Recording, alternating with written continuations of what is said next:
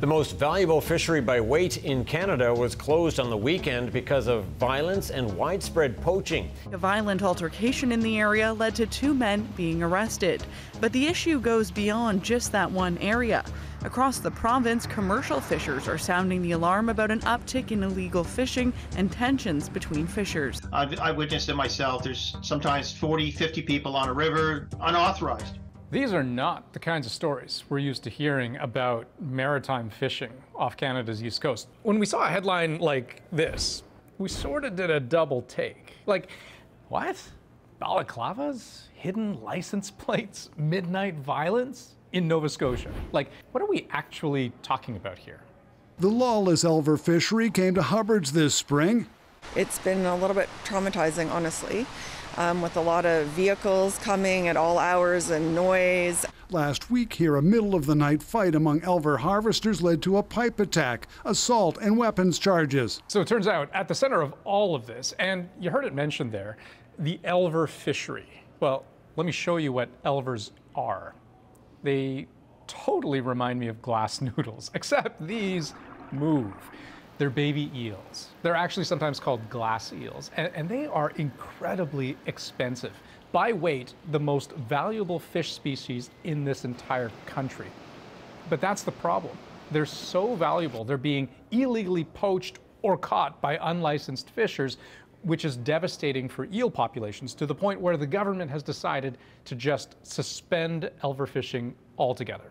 So nobody, even people with a license to fish, can catch even a single one of those things for the next month and a half, basically the rest of the season. The effect is very wide-ranging, and it's also incredibly disheartening because so many of us in this fishery have put years and decades into our efforts only to see it become, somewhat dysfunctional. It is a huge blow to people who depend on Elver fishing to make a living. So we're asking, how did it come to this? Why couldn't the Department of Fisheries and Oceans, DFO, get control of the situation? And how does shutting down the legal fishery stop the illegal one? So the first thing you might be wondering is, why are these little things so valuable? Well, 3 reasons. 1, you can't breed them in captivity. And, I don't fully understand why that is. You just can't, because the life cycle of the eel is just so bizarre and mysterious, and they spend months traveling to spawning grounds in the sea. It's not like people haven't tried breeding them, it's just that all attempts have failed. Reason number 2, Elvers are so valuable. There are so few of them. In the 70s, they were overfished like crazy in Japan. And by the mid-90s, when buyers turned to Europe, there too, the eel populations started to nosedive. And now, North America could face a very similar thing. But here's the 3rd reason people pay so much for Elvers. They're delicious. Or so I've heard. I've never tried it. But in Japan, unagi is prized for its delicate texture and rich flavor. And in Spain, it's a delicacy. Like, you typically saute the little guys with garlic and olive oil, and mwah. So, how much are these eels actually worth? Well, last year, a kilogram, so like a cantaloupe, right? A small cantaloupe. Imagine this weight in baby eels.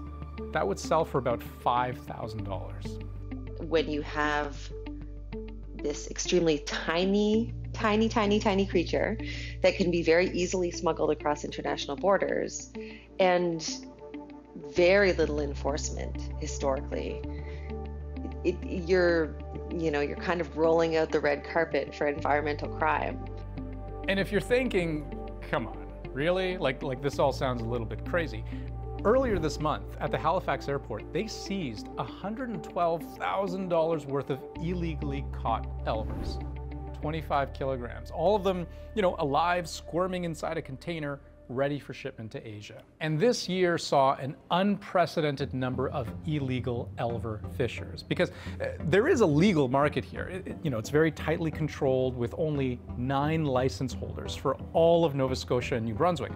But the poaching and unauthorized market was out of control. There was an incident with a gun. There was an incident with other weapons being pulled. There was a lot of fistfights. And yes, some of our members did witness this firsthand. With the fishery and the number of unauthorized harvesters that were seen on the river, there were incidents of harassment and threats made against harvesters, of some violent interactions on the rivers. And all of this has been too much for the Department of Fisheries and Oceans, DFO, to handle. They figure there are like 200 rivers out there with baby eels swimming through them, and it's tried to step up patrols, conducting 741 of them in just the past 4 weeks. DFO is working with the RCMP and has even called in reinforcements from outside the Maritimes, but ultimately it just can't keep up.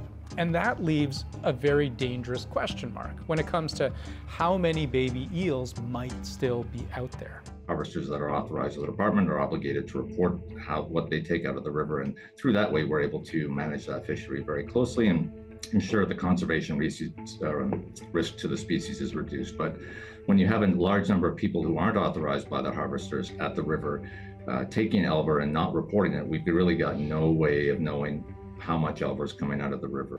Which brings us to now, and an extraordinary step by government. For the second time in 3 years, the Department of Fisheries and Oceans has halted elver fishing in Nova Scotia and New Brunswick. The department shut the entire fishery down, citing safety concerns and significant unreported landings. No fishing at all. Even the properly licensed fishers have to stop for 45 days, which is really brutal for them because many say they haven't even caught half their quota for the year. And these license holders, some are pretty big companies that employ lots of people. This is a $40 million industry on the East Coast. This pause effectively forces them to leave on the table a massive amount of expected revenue.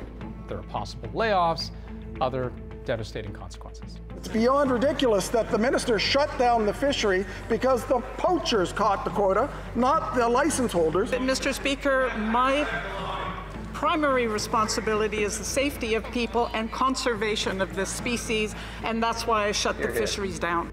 And one more thing. This is actually the second time in 3 years the government has shut the elver fishery down for effectively the same reason. So this is a long-standing problem, and one where it is difficult to gauge just how effective the solution, shutting everything down, will be. Let's head back to studio. Why, hello there. Hey. About that, producer Lauren Bird. Hey. How are you? I'm good. How are you? Good. You've been working on this story for quite some time, and I feel like I must be missing something here because on some level it seems like DFO is using a cannon to kill a mosquito, right? Like just shutting the whole elver fishery down. Yeah. So what haven't we explained yet? This is so complicated, right? And part of it is that a group of the unauthorized fishers are First Nations, right? So, and First Nations, while they might not have a license, they do have the right to fish. And that's something that's come down from the Supreme Court. It's been litigated, it's law. Yeah, so a long-standing sort of legal precedent that's been set. Yeah, right. Exactly.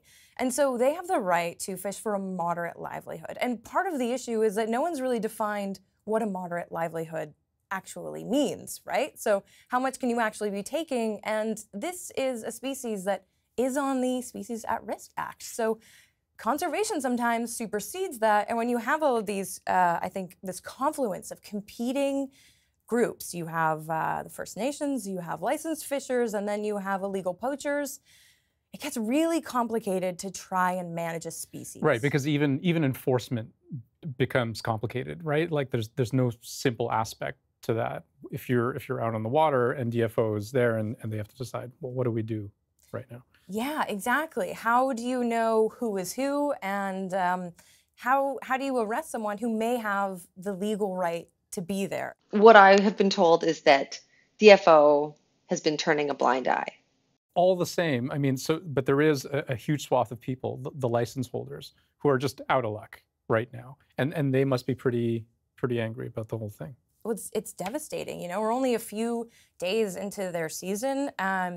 These quotas are worth millions of dollars. We're talking about one license holder has a quota of just over 1,000 kilos, and they've only caught 33, and they're actually taking DFO to court over that. The quota is 1,000 kilos, and they've caught 33? 33 kilos. Wow. Okay. Yeah, so imagine how much money that is. And not only that, but they have employees. One license holder I talked to has, 20 on the fishing side, 20 to 30 on the distribution side. These are people who are worried about their livelihoods, about their jobs, about the future of the industry. Like, is their industry over?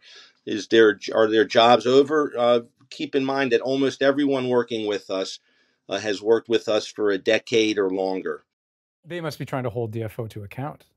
Yeah, absolutely. And that one I mentioned that missed out on 1,000 kilos, they're actually taking DFO to court right now to try and get this overturned. But it doesn't look like it'll happen before the end of the season. So, right. So the end of the season's coming up fast, right? And this suspension is in place for 45 days as of April 15th, I think it was, right? Yeah. And so what happens between now and then? I mean, are they able to gauge, for example, whether the baby eel population is intact? We wanted to find that out, and unfortunately, DFO said they didn't have anyone available to speak with us. And the license holders I've spoken to haven't actually gotten an answer about, what plans there are, what's going to happen. I think the ball is really in DFO's court right now, and people are waiting to see how they're going to deal with this, how they can possibly start to manage this a little bit better. Everyone from the legal market to the black market poachers, like everyone is now waiting to see if DFO does something. And a lot of people are expecting to be disappointed. I tend to be a bit of an optimist. This seems like a really kind of promising opportunity, right? There's momentum, there's political capital, there's pressure. Let's have some clarity. And they did say they're adding patrols, they're working with the RCMP, they're working with police. Right. But at this point, we're just not entirely sure how this is going to play out. Okay, Lauren, thanks very much. Thanks.